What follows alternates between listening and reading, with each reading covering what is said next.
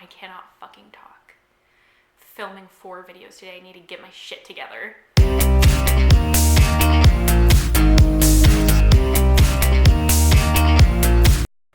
Hello friends, welcome back to my channel, Patronosaurus Reads. I'm Katie, aka Patronosaurus, and I read. And today I'm going to be doing a book tag. It's been a little bit since I've done a book tag, so I'm doing one. This is the Guilty Pleasures book tag created by Savvy Writes Books, and I was tagged by Eric over at Break Even Books. So thank you for tagging me, and thank you Savvy for creating the tag. I will link both of them there and probably there, whatever. So the way this tag works is instead of having numbers, each letter of the word guilty stands for a prompt. So it's G stands for Goofy. That's the first one. And that is a book that is not serious and you like it because it makes you laugh. So I'm choosing the Adventure Zone graphic novel to no one's surprise. I love these books based on my favorite podcast with 3 brothers and their dad playing D&D. This graphic novel series is an adaptation of the podcast, and it is so lighthearted and goofy and funny.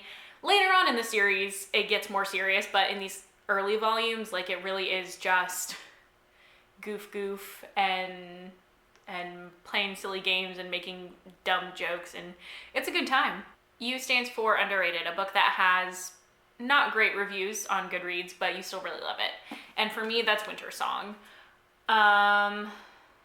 It's been a while since I've read this. I don't totally remember. It's like a Labyrinth, Goblin King type of like retelling thing, which I really love. Like, I love the lyrical writing, and this book is about music, so that totally made sense that it's really lyrical, but I know that didn't work for some people. Like, I gave it 5 stars, but the average rating on Goodreads is, I wrote it down, hang on, 3.57, which is not a bad average rating. Like, that's, I mean, I think books that have a 3.5 average rating on Goodreads are just like middle of the road type books. But I just really love this. I don't want to talk about the sequel, Shadow Song, ever again in my whole life, because that was a hot mess, but I feel like this book was really good. The I stands for Inconceivable, a book that you love even though the concept is kind of ridiculous. And for me, that's Scythe. Now, like, this book has awards. This is not like actually a guilty pleasure type book, but the idea that humanity will ever conquer death is just impossible. Like, that, like, getting rid of all sickness, all death, all hunger, all these bad things, like, never gonna happen. That is the part of this book that is inconceivable. It's done very well, but I'm sure in a less skilled writer's hands, this story would not be as great as it is. L stands for Love, a book with a simple or basic or ordinary romance that you love anyway.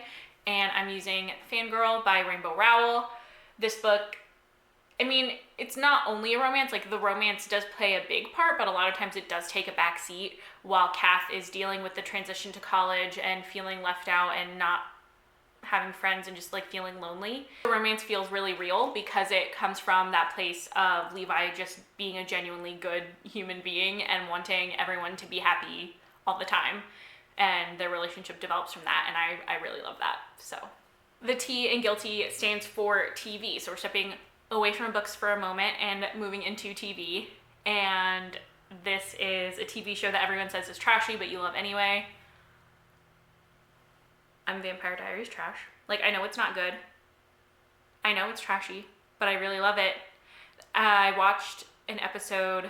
I'm like kind of slowly rewatching the series. Like, every couple of weeks I'll like watch another episode. I watched one last week and I was like, in 42 minutes, literally nothing happens in this episode.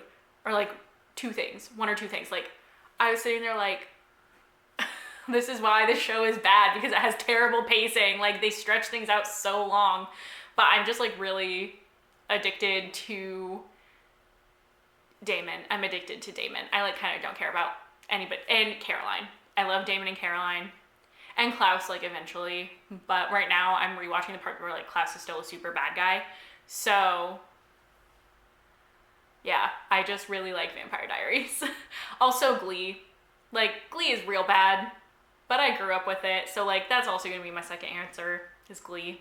And then the final prompt for this, the Y in Guilty stands for Young, a book that you read as an adult that is aimed for a much younger audience, but you love it anyway. and that's Lumberjanes. I absolutely love this comic book series about these like middle school age girls at this summer camp where they're like doing all kinds of cool things, but then there's like weird supernatural magic stuff happening every once in a while. And it's just like really cute, really good.